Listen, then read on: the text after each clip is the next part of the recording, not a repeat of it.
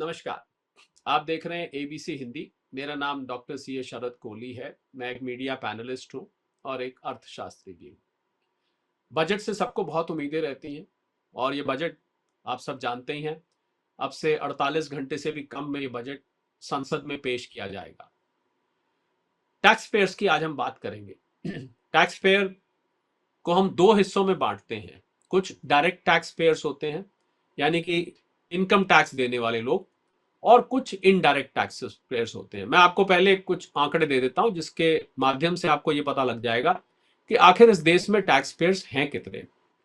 Income tax की बात करें तो जो लोग इनकम टैक्स रिटर्न फाइल करते हैं उनकी गिनती लगभग 8-9 करोड़ के आसपास है। अंदाजे से कह दिया जाता है 8 से 10 करोड़ के बीच में है। पर जो लोग असल में टैक्स देते हैं यानी कि जिनकी जेब से टैक्स निकल के जमा होता है, क्योंकि रिटर्न फाइल करने का ये मतलब नहीं कि आपको टैक्स जरूर ही देना है, आप खाली एक निल रिटर्न भी फाइल कर सकते हैं। तो असल में टैक्स देने वालों की गिनती लगभग 2 करोड़ की है। ये तो रहे डायरेक्ट टैक्स वाले। इसको बोलते हैं डायरेक्ट। डायरेक्ट टैक्स का अर्थ है कि जिस व्यक्ति से मांगा जा रहा है उसी पर लग रहा है और वही दे रहा है। फिर होता है इनडायरेक्ट टैक्स। इनडायरेक्ट टैक्स में हम मुख्यतः जीएसटी को लेते हैं, गुड्स एंड सर्विसेज टैक्स, जो कि 1 जुलाई 2017 को इस देश में लागू हुआ था। अब आप पूछेंगे कि जीएसटी देने वाले कितने हैं, तो साहब जीएसटी देश का हर नागरिक देता है। पूरी की पूरी 145 करोड़ जनता जीएसटी देती है। एक छोटा बच्चा भी जब पैदा होता है उसको भी उसके डायपर, उसके बेबी फूड या उसके लिए उसके माता पिता जो भी जब कोई कुछ खरीदता है तो उस पर जीएसटी लगता है। तो हम ये मानते हैं कि इनडायरेक्ट टैक्स देश का हर व्यक्ति देता है। और जब बजट आता है तो टैक्स पेयर्स को उम्मीद रहती है कि भाई हमारे लिए कुछ किया जाएगा, हमें कुछ राहत मिलेगी, क्योंकि टैक्स देना आम आदमी को, ज्यादातर लोगों को अच्छा नहीं लगता। अगर मैं इसको इस तरीके से कहूं, मैं ये तो नहीं कहूंगा हर किसी को अच्छा, बस ज्यादातर लोगों को अच्छा नहीं लगता है, क्योंकि उनकी कमाई का एक हिस्सा सरकार के पास जमा हो जाता है। लोगों का ये मानना है कि भाई बदले में उसके, आजकल तो अदला बदली का जमाना है, लोगों को लगता है कि भाई बदले में हमें जितनी सुविधा या सरकार की तरफ से जो उम्मीदें थी वो शायद खरी नहीं उतर पाती। उनको लगता है हमें उतना नहीं मिल पाता जितने का हम टैक्स देते हैं, वगैरह वगैरह।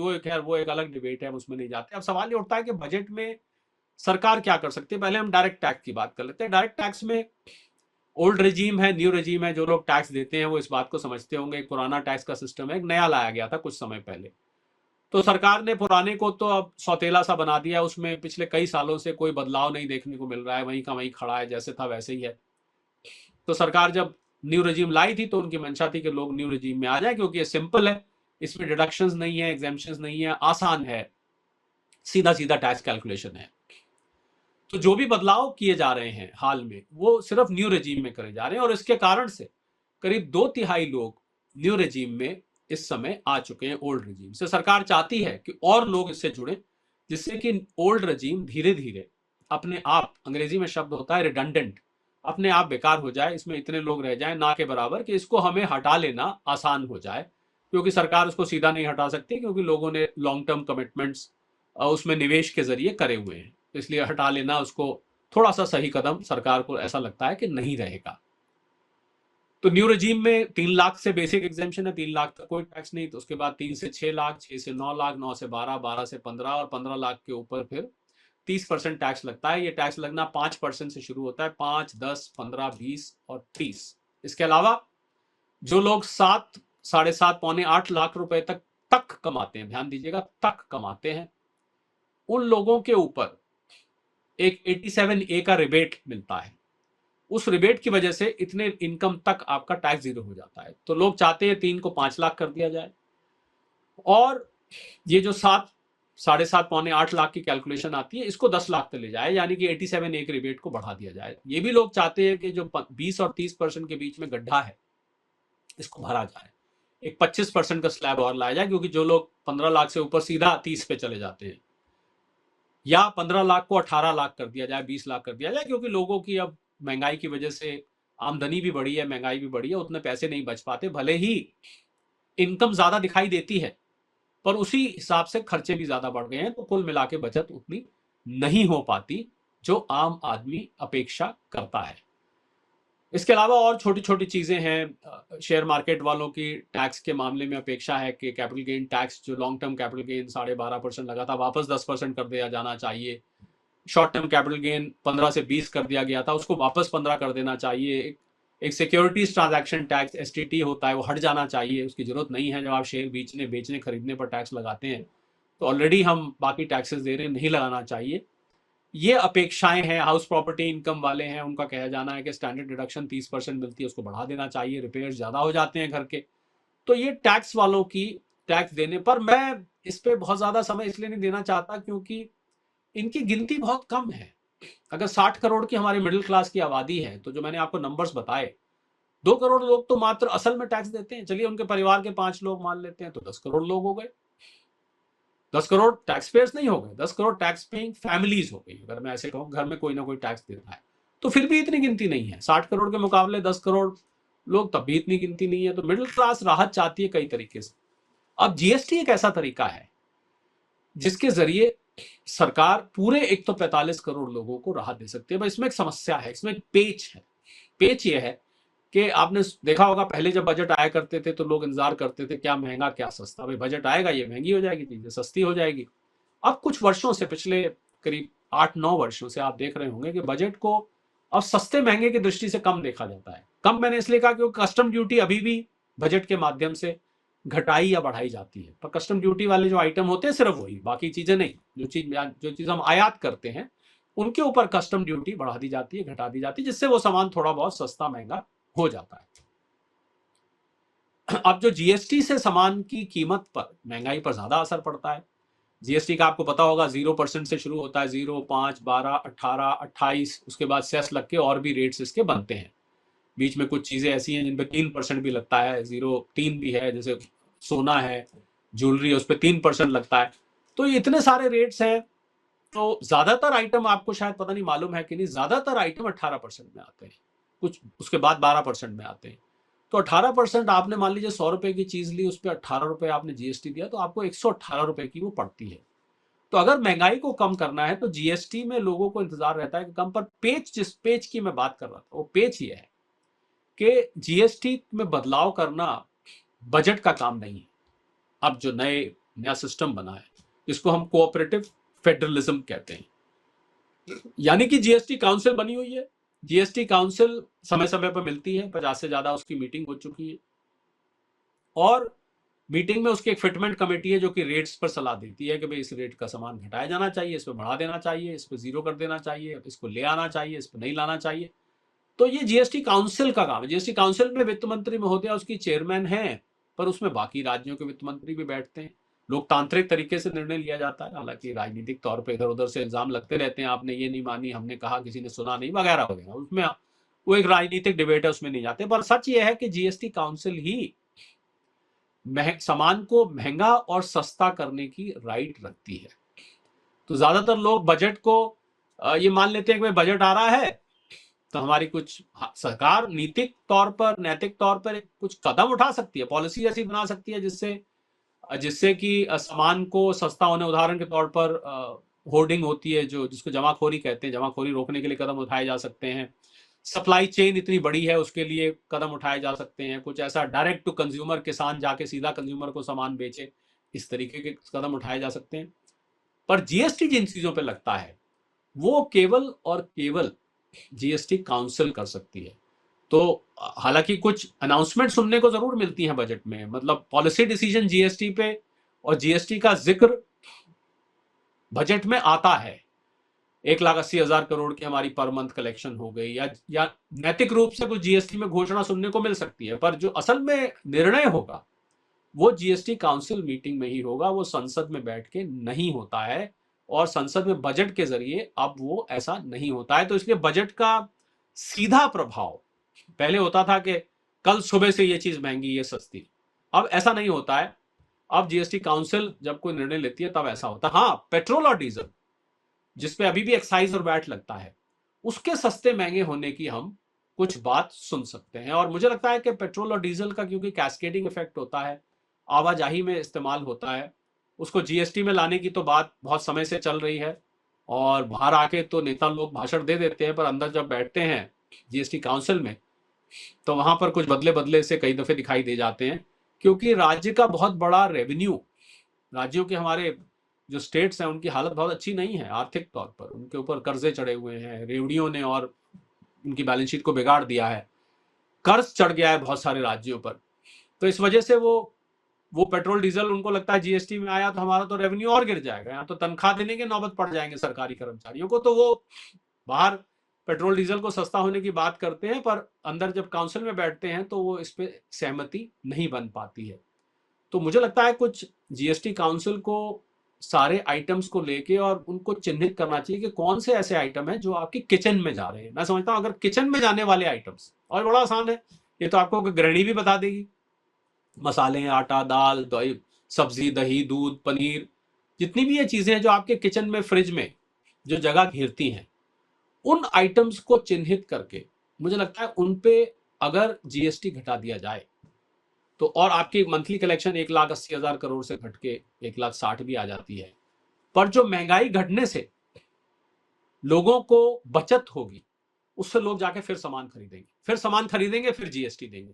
तो मुझे लगता है उसकी भरपाई, जो जीएसटी कलेक्शन में शॉर्टफॉल आएगा इन चीजों पे दाम घटाने से, वो ऑफसेट हो जाएगा। बड़ी बात कह रहा हूं, वो ऑफसेट हो जाएगा जब लोग जाके और सामान लेंगे। अगर मान लीजिए मैं आज दूध 1 लीटर लेता हूं और दूध सस्ता हो जाता है पैकेट वाला, मैं 2 लीटर लेने लगूंगा, मैं शायद 1.5 लीटर लेने लगूं, तो सरकार की तो कलेक्शन उतनी हो गई, और साथ में फायदा क्या हुआ कि प्रोडक्शन बढ़ गई, सामान की प्रोडक्शन बढ़ी तो नौकरियां मिली तो लोगों की जेब में पैसे आए, लोगों की जेब में पैसे आए तो लोग और ज्यादा खर्च करेंगे, बेरोजगारी भी कम होगी।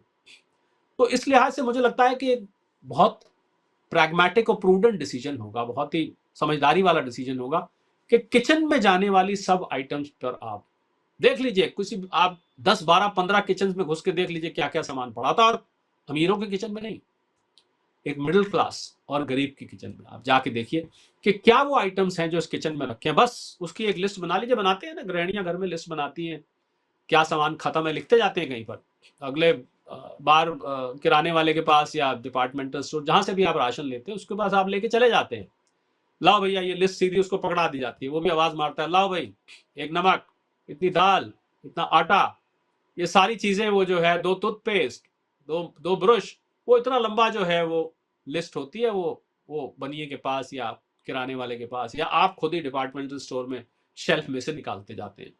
तो लिस्ट तो पहले बनी होती है, लिस्ट तो हर घर में बनी हुई है, कुछ नहीं करना, आपको ये लिस्ट उठानी है और उन आइटम्स पे आपको जीएसटी घटा देना है, आंख बंद करके घटा देना है, और देखिए जादू क्या होता है। जादू ये होगा कि ये सामान सस्ता हो जाएगा, आपका घर का बजट जो बिगड़ा हुआ है वो सुधर जाएगा, 4 पैसे बचने लगेंगे। उन बचे पैसों का क्या करेंगे आप? 2 ही काम करेंगे, या तो उसको सेविंग में अकाउंट में रख देंगे, मतलब उससे को बचत कर लेंगे, इन्वेस्ट कर देंगे, या फिर आप उसको और खर्च करेंगे, खाने पे नहीं खर्च करेंगे, किसी और चीज पे खर्च करेंगे, घूमने फिरने में करेंगे। चलो भाई घर का बजट कम हो गया, चलो कहीं घूम के आते हैं, कोई टीवी नया ले लेते हैं, फ्रिज नया ले लेते हैं, वॉशिंग मशीन बदलने वाली हो रही है ये ले लेते हैं, माइक्रोवेव ओवन बहुत पुराना हो गया ये बदल देते हैं, चूल्हा बदल देते हैं, बच्चों को नए कपड़े सिलवा देते हैं। कुछ भी करेंगे तो खर्च करेंगे ना जाके, और खर्च करेंगे, यही तो अर्थव्यवस्था का इंजन है, यही तो सुस्ती आई है। तो 8.4 से हम 8.2 से 6.4 पे आ गए, यही तो गड़बड़ हुई है। तो बस इसी को रफ्तार मिल जाएगी। तो मुझे लगता है कि जीएसटी का बहुत बड़ा रोल रहेगा, और अगर इस पे जीएसटी काउंसिल के जितने भी मेंबरान हैं वो बैठकर और बिल्कुल समझदारी से डिसीजन ले कि कुछ नहीं करना, गृहिणियों से किचन की लिस्ट छीन लेनी है, छीन के उस पर आंख बंद करके जीएसटी घटा देना। मैं तो ये कहूंगा एक अर्थशास्त्री होने के नाते सब पे 5% कर, मैं तो नहीं कहता 0 करिए, पर उसमें ज्यादातर आइटम 18% वाले हैं, तो 118 वाली चीज 105 की हो जाएगी। आप सोचिए कि आप अगर घर में हर महीने 10,000 का सामान लेते हैं तो 2-3 हजार रुपए का फर्क पड़ जाएगा, 2,000 का फर्क पड़ सकता है, 1,500 रुपए का, 1,000 रुपए का, डिपेंड करता है आप क्या आइटम कितनी खरीदते हैं। तो ये बचे हुए पैसे अर्थव्यवस्था को रफ्तार देंगे, लोग भी इससे खुश होंगे, लोग खर्च करेंगे या बचत करेंगे तो अपने आगे के लिए सोशल सिक्योरिटी क्रिएट करते हैं, बच्चों को पढ़ाने के लिए, शादी ब्याह के लिए, मकान खरीदने के लिए, कार खरीदने के लिए बचत करना शुरू कर देंगे। तो ये बहुत जरूरी कदम है। पर बजट, जैसा कि मैंने कहा, इसके लिए अप्रोप्रिएट प्लेटफॉर्म नहीं है। बजट में पॉलिसी रिलेटेड अनाउंसमेंट्स आपको जीएसटी पे सुनने पे मिल सकती है, कलेक्शन के नंबर्स आपको बताया जा सकता है, पर बजट ये कर दे कि भाई अब मैंने जो है गरम मसाला सस्ता कर दिया, या मैंने टोमेटो केचप सस्ती कर दी, ये आपको बजट में अब सुनने को नहीं मिलता। ये जीएसटी काउंसिल के जो मेंबरान हैं उनसे हमारी दरख्वास्त है आज एबीसी हिंदी के जरिए, अगर कहीं भी हमारी आवाज़ पहुंच रही है तो कृपया करके किचन के बजट को कम कर दीजिए। और पेट्रोल डीजल जो कि लॉजिस्टिक्स में इस्तेमाल होता है, जो कि आवाजाही में इस्तेमाल होता है, ढुलाई में इस्तेमाल होता है, उसके रेट कम कर दीजिए। देखिए जादू, जो इन्फ्लेशन आपसे नहीं संभल रहा इतने समय से, कोर इन्फ्लेशन कम आ गया है, पर जो खाने पीने की इन्फ्लेशन, जिसको आरबीआई ने भी जिद्दी इन्फ्लेशन कहा है, बहुत जिद्दी इन्फ्लेशन है, नीचे आके नहीं दे रहा है। और इन्फ्लेशन नीचे आएगा तो आपकी ब्याज की दरें भी कम हो जाएंगी, ब्याज की दरें कम होंगी, आपको ईएमआई सस्ती हो जाएगी, आप ज़्यादा सामान जाके खरीदेंगे, लोन लेना शुरू कर देंगे आप गाड़ी के लिए, मकान के लिए, कंज्यूमर गुड्स के लिए, घूमने फिरने के लिए, पढ़ाई लिखाई के लिए, जिन लोगों के लिए, जिन चीज़ों के लिए लोग ले लेते हैं, फिर लोन लेना शुरू कर देंगे, लोन लेना शुरू करेंगे, फिर कंजम्पशन बढ़ जाएगी। तो बहुत ही आसान और बहुत ही सिंपल फॉर्मूला है महंगाई पर काबू करने का, कि जीएसटी एक ऐसा हथियार आपके पास है जिसका आप इस्तेमाल करके महंगाई पर काबू पा सकते हैं। क्योंकि कॉस्ट ऑफ प्रोडक्शन जो बढ़ चुकी है, आप किसी फैक्ट्री को जाकर थोड़ा ना कह सकते हैं कि भैया तुम टूथपेस्ट बना रहे हो, पहले आप 50 रुपए की देते थे, अभी 60 रुपए की क्यों है। या आप जहां आपसे दाल निकल के मिल से आ रही है उनको कहें कि पहले ये 200 रुपए किलो थी, अब ये 220 क्यों है। तुम भैया कम कर दो, ये फ्री मार्केट इकोनॉमी है, यहाँ आप जाके मैन्युफैक्चरर को नहीं बोल सकते कि इसकी इसकी कीमत आप कम कर दीजिए। आप क्या कर सकते हैं, जो आपके हाथ में है, यानी कि सबका, आप उस पर कर सकते हैं। उस पर करेंगे तो जब प्रोडक्शन बढ़ेगी फैक्ट्रीज में तो दाम भी कम हो जाएंगे, क्योंकि उनको इकोनॉमीज ऑफ स्केल मिलने लगती है, उनको लगता है हमारा मुनाफा बढ़ रहा है, तो दाम अपने आप कम हो जाएंगे, कम दाम से सेल भी बढ़ जाएगी उन लोगों की। ये मेरी एक निजी तौर पर सलाह है, और मैं उम्मीद करता हूं कि कोई ऐसी नीति इस बजट में लाई जाएगी जो कि जीएसटी को कम करने की तरफ हम कदम उठाएं। पेट्रोल डीजल के ऊपर एक्साइज वैट या तो कम करें या इसको जीएसटी में लाएं।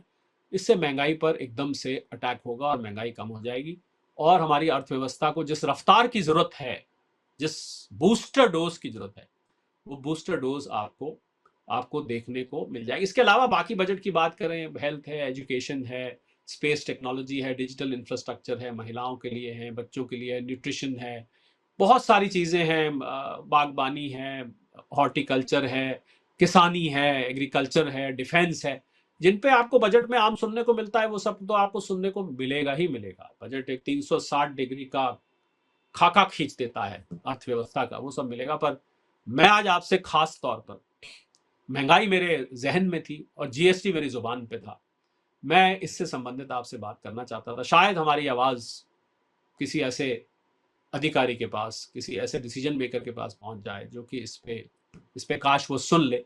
नहीं भी सुना तो आप और हम बात करके तो खुश हो ही सकते हैं, और हमें तो बहुत खुशी होती है आपसे बात करके। उम्मीद करते हैं कि आप एबीसी हिंदी को पसंद करते होंगे, और एबीसी हिंदी को आप सब्सक्राइब करें, आप शेयर करें, आप लाइक करें।